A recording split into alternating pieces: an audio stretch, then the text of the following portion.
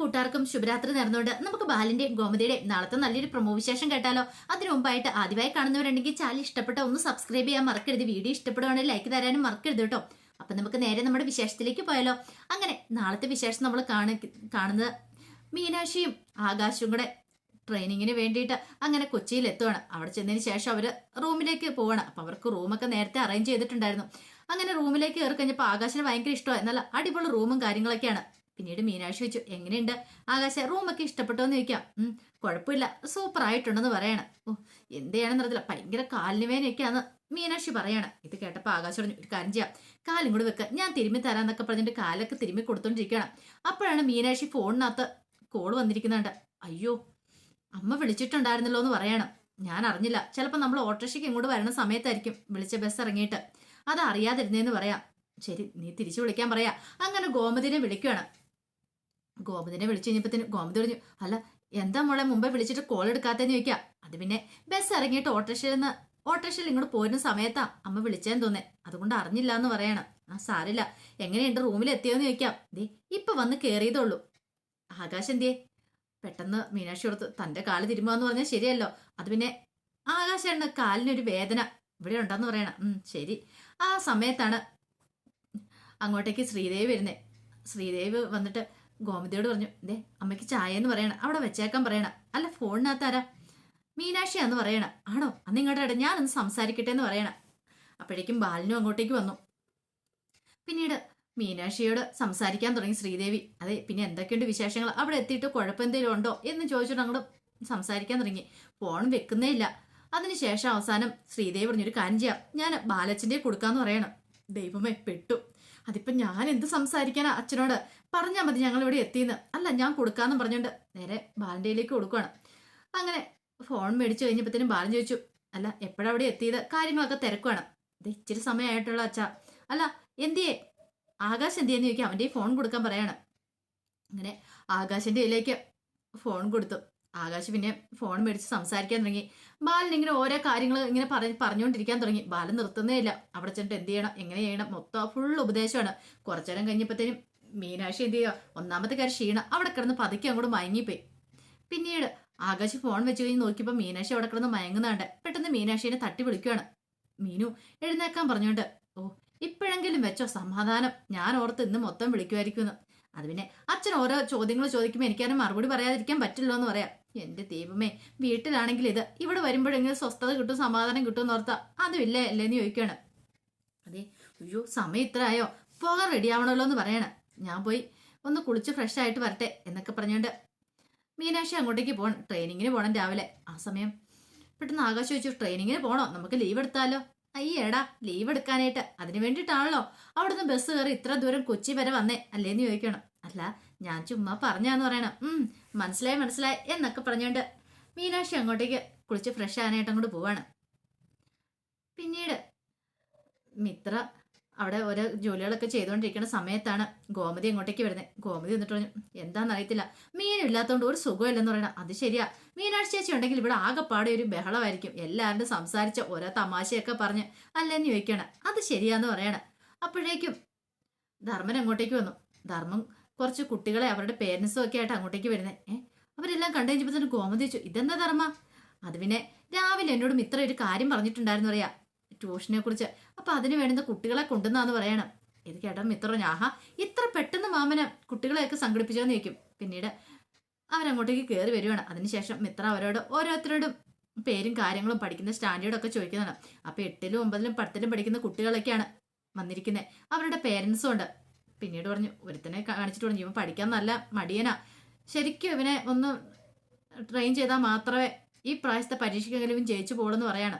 ഇത് കേട്ടതും മിത്ര പറഞ്ഞു, ആ കാര്യത്തിൽ ആന്റി പേടിക്കൊന്നും വേണ്ട, എന്റെ കഴിവിന്റെ പരമാവധി ഞാൻ ശ്രമിച്ചോളാം എന്നൊക്കെ പറയാണ്. പിന്നെ എന്നെ സഹായിക്കാനായിട്ട് ഇവിടെ വേറെ എന്റെ ചേച്ചിയും കൂടെ ഉണ്ട്, ശ്രീദേവി ചേച്ചിയും കൂടെ ഉണ്ടെന്ന് പറയണം. ഇത് കേട്ടോണ്ടാ ശ്രീദേവി എങ്ങോട്ട് വരുന്നേ.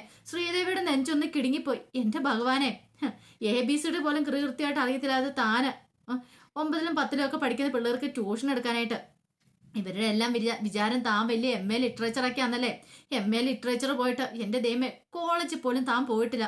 ഇത്തവണ പെട്ടാ തന്നെ എങ്ങനെ ഇതിനകത്തൊന്നും തലയൂരും.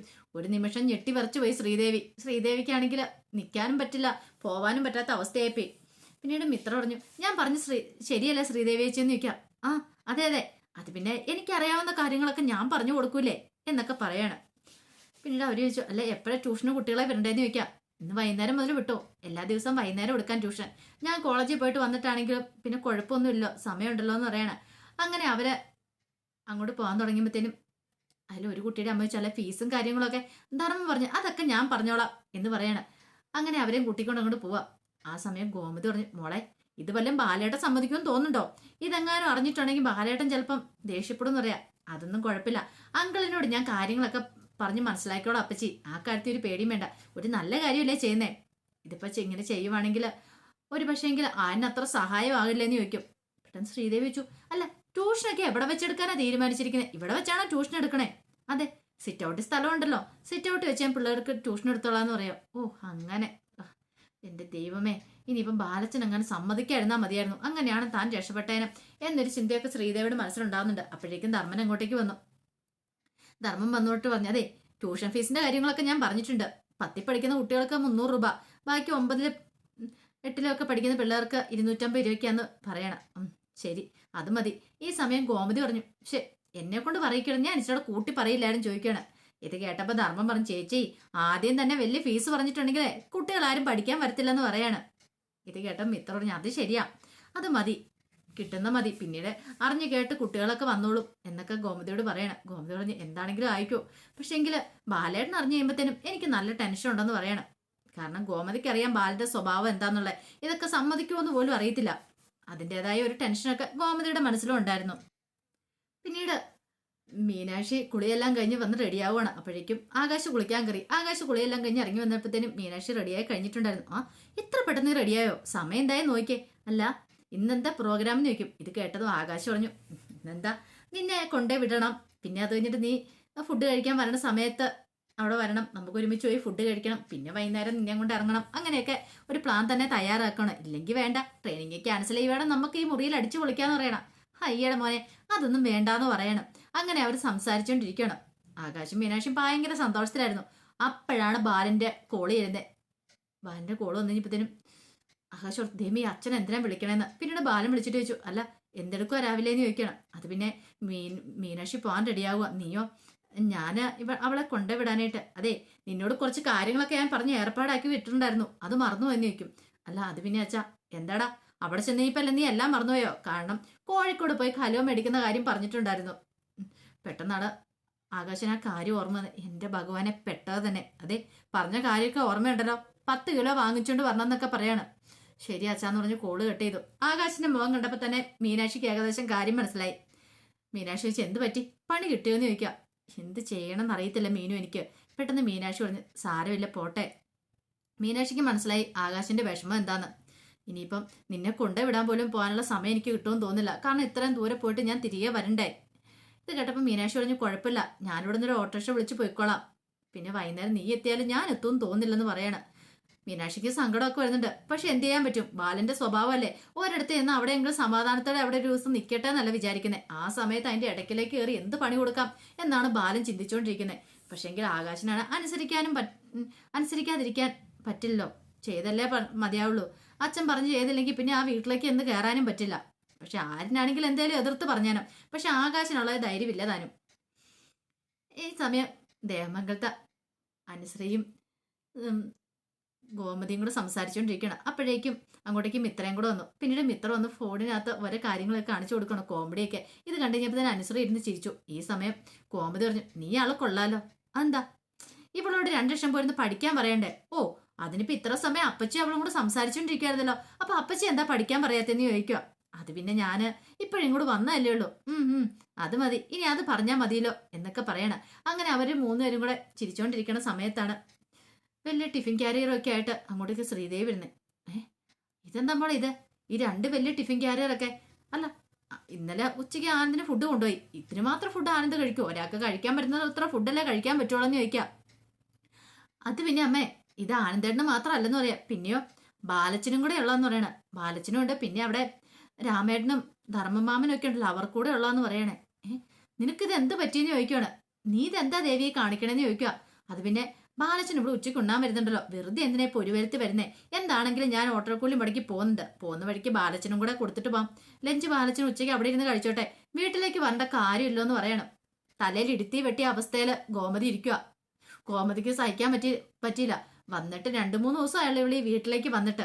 താനാണെങ്കിലോ 10-29 വർഷമായി ഇങ്ങോട്ട് വന്നിട്ട് ഇന്ന് വരെ ആ കടയിലേക്ക് പോവാ, ഇങ്ങനെ ചോറ് കൊണ്ട് കൊടുക്കുകയൊന്നും ചെയ്തിട്ടില്ല. പക്ഷെ 2 ദിവസം കൊണ്ട് അവള് കടയിലേക്ക് പോകാൻ തുടങ്ങുന്നു, ചോറ് കൊണ്ടേ കൊടുക്കാൻ തുടങ്ങുന്നു, വീടങ്ങ് തിരിച്ചു മറിച്ച് വെക്കാൻ തുടങ്ങുക. ഗോവിന്ദൻ പറഞ്ഞു, വേണ്ട വേണ്ട, അതൊന്നും ബാലേട്ടന് ഇഷ്ടപ്പെടില്ല എന്ന് പറയാണ്. അതെ, കൊണ്ടേ കൊടുക്കണം. ബാലച്ചന് ഭയങ്കര സന്തോഷവും. ഉച്ചയ്ക്ക് മടുത്തിരിക്കുന്ന സമയത്ത് കൊണ്ടേ കൊടുക്കുമ്പോൾ പിന്നെ ഇങ്ങോട്ട് വരുമൊന്നും വേണ്ടല്ലോ എന്ന് പറയണം. മിത്ര പറഞ്ഞു, ഇതിന്റെയൊക്കെ ആവശ്യമുണ്ടോ ശ്രീദേവി ചേച്ചിന്ന് ചോദിക്കാം. പിന്നെ ആവശ്യമുണ്ടോന്നോ, നമ്മൾ കൊണ്ടേ കൊടുക്കണ്ടേ, നമ്മുടെ കടമകൾ നമ്മൾ നിർവഹിക്കണ്ടേ എന്നൊക്കെ പറഞ്ഞിട്ട് ടിഫിൻ ക്യാരിയറൊക്കെ പിടിച്ചെണ്ണം കൂടെ ഇറങ്ങുമ്പോഴത്തേയും ഇടിവെട്ടേറ്റ അവസ്ഥയിൽ ഗോമതി നിൽക്കുക. ഗോമതി പറഞ്ഞു, ഇങ്ങനെ പോയിട്ടുണ്ടെങ്കിൽ മിക്കവാറും ഞാൻ ഈ വീട്ടിൽ നിന്നും കൂടെ ഇറങ്ങി പോകേണ്ട വരുമെന്ന് തോന്നേ. മിത്ര പറഞ്ഞു, കണ്ടില്ലേ 2 ദിവസമായിട്ട്. അല്ല, അപ്പച്ചി ഇത്രയും കാലം ഇവിടെ ഉണ്ടായിട്ട് അപ്പച്ചി ഇങ്ങനെ എന്തെങ്കിലും ചെയ്തോന്ന് ചോദിക്കുക. എനിക്ക് ആകെപ്പാടെ സമനിലേറ്റുന്നുണ്ട് മിത്രേ. ഓ, ആ മീനാക്ഷി ഇവിടെ ഉണ്ടായിരുന്നെങ്കിലോ കുറച്ചെങ്കിലും സമാധാനം ഉണ്ടായിരുന്നു. മീനാക്ഷി എന്തേലും പറയോ എന്തേലും ചെയ്തേരാം. ഇതിപ്പം മനുഷ്യൻ ആകെപ്പാടെ എന്ത് ചെയ്യണമെന്ന് അറിയില്ല എന്ന് പറയണം. ഇത് കേട്ടപ്പോൾ അനുസരി ചിരിച്ചു. കണ്ടോ, 2 ദിവസമായിട്ട് വന്നിട്ട് ശ്രീദേവി വെച്ച് എല്ലാവരും കയ്യിലെടുക്കുന്നുണ്ട്. അമ്മയ്ക്ക് ഇതുവരെ സാധിച്ചോ എന്നൊക്കെ ചോദിക്കുമ്പോഴത്തേനും ദേഷ്യപ്പെട്ട് ഗോമതി അകത്തേക്ക് കയറി പോവാണ്. ഗോമതിക്ക് സമനിലേറ്റുന്ന പോലെ തോന്നി. അപ്പൊ അതിന്റെ വിശേഷങ്ങളൊക്കെ നാളെ കാണാൻ പോകുന്നത്. ഇനി എന്തായി തീരുമെന്ന് അറിയത്തില്ല. അങ്ങനെ ലഞ്ചും പൊക്കി പിടിച്ച് അങ്ങോട്ട് ചെല്ലുമ്പത്തിനും ബാലൻ എന്ത് പറയുന്ന അറിയത്തില്ല. ബാലിനെ കയ്യിലെടുക്കാൻ വേണ്ടിയിട്ടാണ് ഈ ശ്രീദേവി ഈ ഓട്ടപ്പാച്ചിലൊക്കെ നടത്തുന്നത്. ഇനിയിപ്പോ അവസാനം ചക്കിന് വെച്ചത് കൊക്കിനും ഉണ്ടെന്നൊരു അവസ്ഥയിലേക്ക് കാര്യങ്ങൾ എത്തുന്നുണ്ട്. അപ്പൊ അതിന്റെ വിശേഷങ്ങൾക്കായി നമുക്ക് എല്ലാവർക്കും കാത്തിരിക്കാം കേട്ടോ. ഒരിക്കൽ കൂടി എല്ലാവർക്കും ശുഭരാത്രി നേർന്നുകൊണ്ട് നിർത്തുന്നു. നന്ദി.